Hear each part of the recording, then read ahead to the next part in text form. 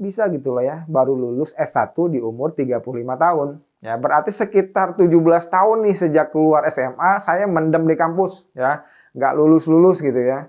Jawabannya apa?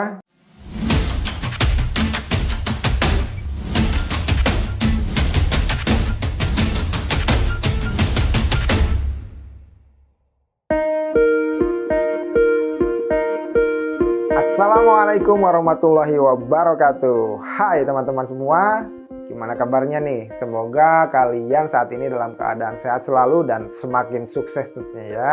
Oke, jumpa lagi dengan saya di channel Muhammad Riza, channel yang akan selalu berbagi pengalaman yang menarik seputar dunia kerja, pendidikan, dan juga karir. Di video kali ini, saya ingin share kepada kalian semua tentang pengalaman saya kuliah sambil bekerja. Ya, sampai akhirnya saat ini saya sudah lulus S1 di usia 35 tahun ini, ya. Tapi sebelum itu mari kita saksikan terlebih dahulu prosesi wisuda yang saya lakukan kemarin pada tanggal 23 Maret, ya. Seperti apa prosesnya? Check this out.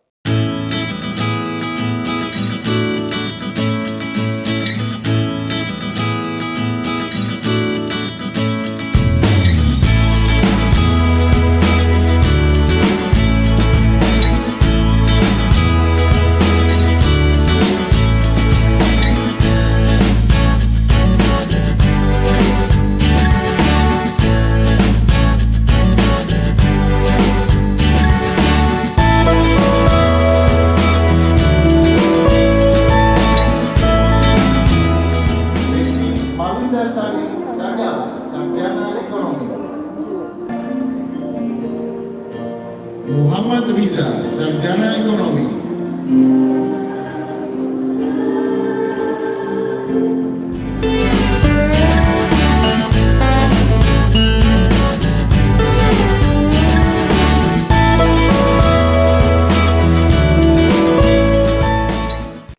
Oke teman-teman, itu dia prosesi wisuda yang sangat saya tunggu-tunggu setelah sekian lamanya ya. Dan alhamdulillah sekali walaupun saat itu keadaan masih pandemi, acara bisa berlangsung secara offline ya, disaksikan ibu, adik saya dan juga istri saya tercinta. Namun tentunya dengan penerapan protokol kesehatan dan kontrol yang ketat dari berbagai pihak. Oke, by the way, sekarang jadi pertanyaan adalah, kok bisa gitu loh ya, baru lulus S1 di umur 35 tahun. Ya, berarti sekitar 17 tahun nih sejak keluar SMA, saya mendem di kampus ya, nggak lulus-lulus gitu ya. Jawabannya apa? Ya enggak lah ya, udah kayak kuncian kampus aja ya, 17 tahun nggak lulus-lulus gitu. Enggak ya.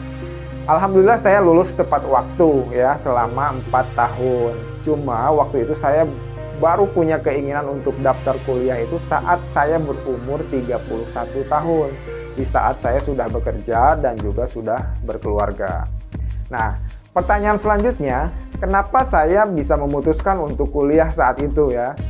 Salah satu alasannya adalah karena saat itu saya termotivasi oleh teman-teman saya di tempat kerja yang banyak memutuskan untuk melanjutkan kuliah. Ya, terlebih saat itu atasan saya di tempat kerja selalu memotivasi saya dan mengatakan bahwa salah satu syarat untuk dapat promosi menjadi seorang manajer ya, karena saat itu saya menjabat sebagai supervisor ya di perusahaan tempat saya bekerja, yaitu adalah harus lulus S1. Ya, atasan saya bicara kayak gitu tuh. Ya, di situ saya berpikir nih, kalau memang itu syaratnya ya saya harus ikutin. Karena saya juga ingin meningkatkan jenjang karir saya lebih baik lagi di perusahaan tentunya ya. Singkat cerita, setelah dapat izin dan restu dari orang tua beserta istri tercinta, masuklah saya kuliah di Sekolah Tinggi Ilmu Ekonomi Pertiwi atau disingkat STIE Pertiwi di daerah Karawang dan mengambil jurusan manajemen sesuai dengan bidang saya bekerja. Nah, 3 tahun berjalan saya kuliah. Alhamdulillah nih ya, di luar ekspektasi, akhirnya saya dipromosikan oleh atasan saya menjadi seorang manajer.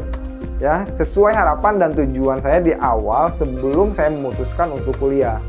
Nah, di sini muncul pertanyaan gitu ya dalam benak saya saat itu. Kok bisa gitu ya? Kan belum lulus S1-nya. Tapi kok bisa promosi? Tapi biarlah ya, nggak usah ditanyain ke manajemen ya, ntar nggak jadi lagi promosinya. Ya, tapi setelah kejadian tersebut, saya baru paham nih ya bahwa atasan saya atau bahkan perusahaan tempat saya bekerja mengharuskan saya kuliah itu bukan semata-mata agar saya harus dapat gelar sarjana dulu gitu ya, baru bisa promosi. Tapi ada hal yang lebih penting dari itu, ya, yaitu agar saya dapat membuka mindset atau pola pikir saya secara luas, ya, mendapatkan pengetahuan baru untuk menunjang kemampuan saya dalam bekerja. Sehingga saya bisa mengerjakan tugas saya itu lebih baik lagi ya, dan selangkah lebih maju tentunya dari rekan kerja saya yang lain, dan itu terbukti gitu ya teman-teman. Contohnya nih, sebelum kuliah awalnya saya nggak pede presentasi di depan umum, tapi setelah kuliah ya jadi lebih pede karena tahu ilmunya dan juga sering berlatih saat kuliah. Kemudian yang awalnya saya hanya tahu bidang yang saya geluti ini dari internal perusahaan saja, setelah kuliah banyak mendapat insight baru atau sudut pandang baru yang tidak pernah saya dapatkan di tempat kerja, sehingga saya bisa lebih inovatif dalam bekerja. So, banyak perubahan yang akan kita dapatkan setelah kita kuliah ya, dan bisa langsung diterapkan walaupun belum lulus atau masih dalam proses perjalanannya. Memutuskan kuliah di usia yang sudah tidak muda lagi, ya, saat itu umur saya 31 tahun, bahkan sudah berkeluarga, ya memang cukup sulit gitu ya teman-teman. Kita itu harus mempertimbangkan waktu bersama keluarga, penyesuaian dengan jam kerja juga di perusahaan, apalagi kalau kalian kena shift, ya. Pikiran dan tenaga yang tentunya akan lebih terkuras lagi, serta harus menyisihkan sebagian dari gaji kalian nih untuk biaya kuliah, itu yang paling penting ya. Tapi semua itu akan terasa ringan ya, dan pastinya keluarga kalian pun akan bisa memahami jikalau kalian semua punya goals atau target yang jelas. Untuk apa kalian kuliah?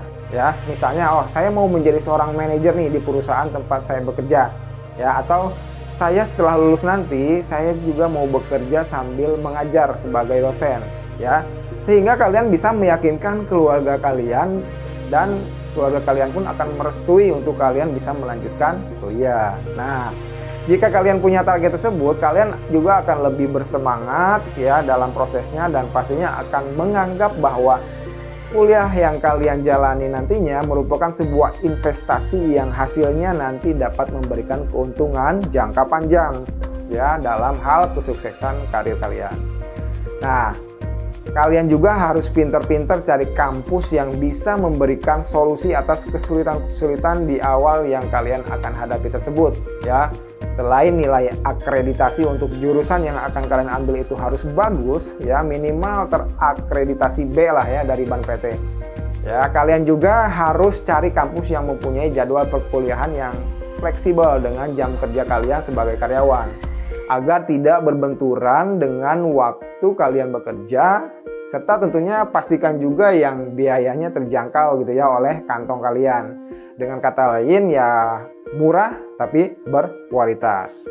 Tapi kalau kalian punya uang lebih atau tabungan yang lebih, saya sarankan cari universitas terbaik yang dekat dengan tempat kalian tinggal dan memiliki nilai akreditasi terbaik untuk fakultas yang ingin kalian tuju.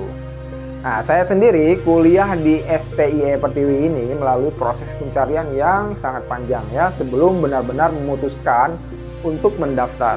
Ya, dan alhamdulillah akhirnya saya mendaftar di kampus STIE Pertiwi ya, karena bisa menjawab semua pertanyaan-pertanyaan yang ada dalam benak saya di awal terkait fleksibilitas waktu perkuliahan, nilai akreditasi yang baik, dan tentunya dengan biaya yang terjangkau, serta lokasi kampusnya yang berada di beberapa tempat di Jabodetabek ini, sehingga memudahkan saya untuk dapat memilih kampus yang dekat dengan tempat tinggal atau dengan tempat kerja saya itu di mana gitu ya.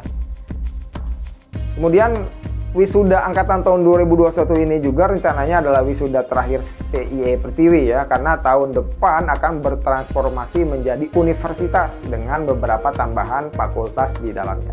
Keren ya Pertiwi ya. Oke. Nah, kalau kalian berminat untuk tanya-tanya tentang Pertiwi, silahkan tulis saja di kolom komentar di sini ya. Insya Allah akan saya balas satu persatu. Atau jika kalian berminat untuk daftar, bisa isi link survei di kolom deskripsi untuk memudahkan kalian dalam menentukan target kuliah kalian ke depannya. Nah, bagi kalian yang saat ini sudah berniat kuliah namun masih ragu, yuk segera ambil langkah besar ya. segera ambil langkah besar kalian ya sebagai awal kesuksesan kalian di masa depan, dan jangan jadikan umur sebagai alasan sehingga menjadi penghambat untuk kalian bisa selangkah lebih maju ya, melainkan jadikan sebagai penyemangat agar kelak menjadi inspirasi bagi anak cucu kita ke depannya. Dan ingatlah, tidak ada kata yang terlambat bagi setiap orang yang mau berpikir. Oke, sekian sharing saya kali ini, semoga bermanfaat buat kalian. Jika ada yang ingin didiskusikan atau ditanyakan, silahkan chat di kolom komentar ya. Terima kasih sudah menonton hingga akhir. Saya Muhammad Rija, selalu bersyukur. Wassalamualaikum warahmatullahi wabarakatuh.